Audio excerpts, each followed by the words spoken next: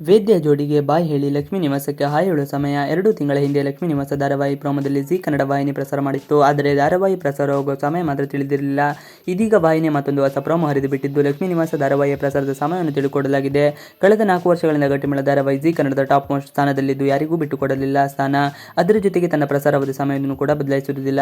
ಶ್ರೀನಿವಾಸ್ ಕನಸನ್ನು ಹೊತ್ತು ತರುತ್ತಿರುವ ಕತೆ. ಈ 4 ವರ್ಷಗಳಲ್ಲಿ ಅದೆಷ್ಟು ಹೊಸ ಧಾರಾವಾಹಿಗಳು ಪ್ರಸಾರವನ್ನು ಕಂಡಿವೆ. ಆದರೆ ಯಾವ ಹೊಸ ಧಾರಾವಾಹಿಗೂ ಗಟ್ಟಿಮಳ ತನ್ನ ಪ್ರೈಮ್ ಸಮಯ ಮಾತ್ರ ಬಿಟ್ಟುಕೊಟ್ಟಿರಲಿಲ್ಲ. ಇದೀಗ ಗಟ್ಟಿಮಳ ಧಾರಾವಾಹಿ ಮುಕ್ತಾಯಗೊಳ್ಳಲಿದ್ದು ಅದೇ ಸಮಯದಲ್ಲಿ ಹೊಸ ಧಾರಾವಾಹಿ ಪ್ರಸಾರವಾಗಲಿದೆ. ಸಾಮಾನ್ಯ ಕುಟುಂಬದ ವ್ಯಕ್ತಿ ಶ್ರೀನಿವಾಸ್ ಎಂಬುವರು ಬ್ಯಾಂಕ್ ಒಂದರಲ್ಲಿ ಸೂಪರ್ವೈಸರ್ ಆಗಿ ಕೆಲಸ ನಿರ್ವಹಿಸುತ್ತಿರುತ್ತಾರೆ.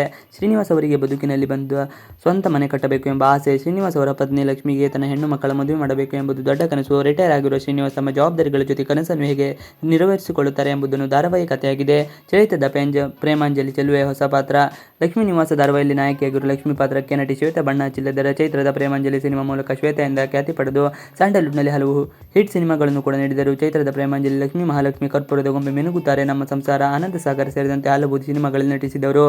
ಇವರಷ್ಟೇ ಅಲ್ಲದೆ ನಟಿ ದಿವ್ಯಶ್ರೀ, ಗ್ರಾಮ, ದಿಶಾ, ಮದನ, ಚಂದನ್, ಅನಂತ್ ಕೃಷ್ಣ ಹೀಗೆ ಹಲವರು ನಟಿಸಿದ್ದಾರೆ. ಕಮ್ ಬ್ಯಾಕ್ ಮಾಡಿದ ನಟಿಯರು.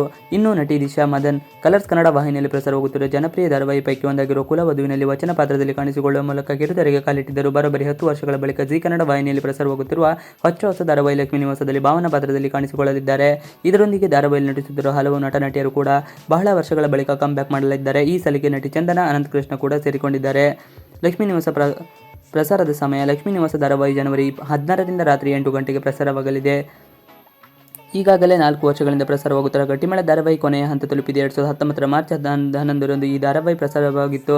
ಇದುವರೆಗೂ 1400ಕ್ಕೂ ಹೆಚ್ಚಿನ ಸಂಗತಿಗಳನ್ನು ಒಂದು ದಿನವೂ ಗಟ್ಟಿಮಳ ಧಾರಾವಾಹಿ TRPಯಲ್ಲಿ ಕಾಂಪ್ರಮೈಸ್ ಆಗಿಲ್ಲ. ವೇದ್ಯ ಜೋಡಿ ಟಾಪ್ ಲಿಸ್ಟ್ನಲ್ಲೇ ಎದ್ದು ಮುಂದೆ ಸಾಗುತ್ತಿದ್ದಾರೆ. ವೀಕ್ಷಕರು ವೇದ್ಯ ಜೋಡಿಯನ್ನು ಮಿಸ್ ಮಾಡಿಕೊಳ್ಳಲು ಸಿದ್ಧರಾಗುತ್ತಿದ್ದು ಹೊಸ ಧಾರಾವಾಹಿ ಕೂಡ ಸ್ವಾಗತಿಸಲು ಮುಂದಾಗಿದ್ದಾರೆ. ಇವಿಷ್ಟು ಇವತ್ತಿನ ವಿಡಿಯೋ ಇಷ್ಟ ಆದರೆ ಪ್ಲೀಸ್ ಲೈಕ್, ಶೇರ್, ಸಬ್ಸ್ಕ್ರೈಬ್ ಮಾಡಿ. Thanks for watching video.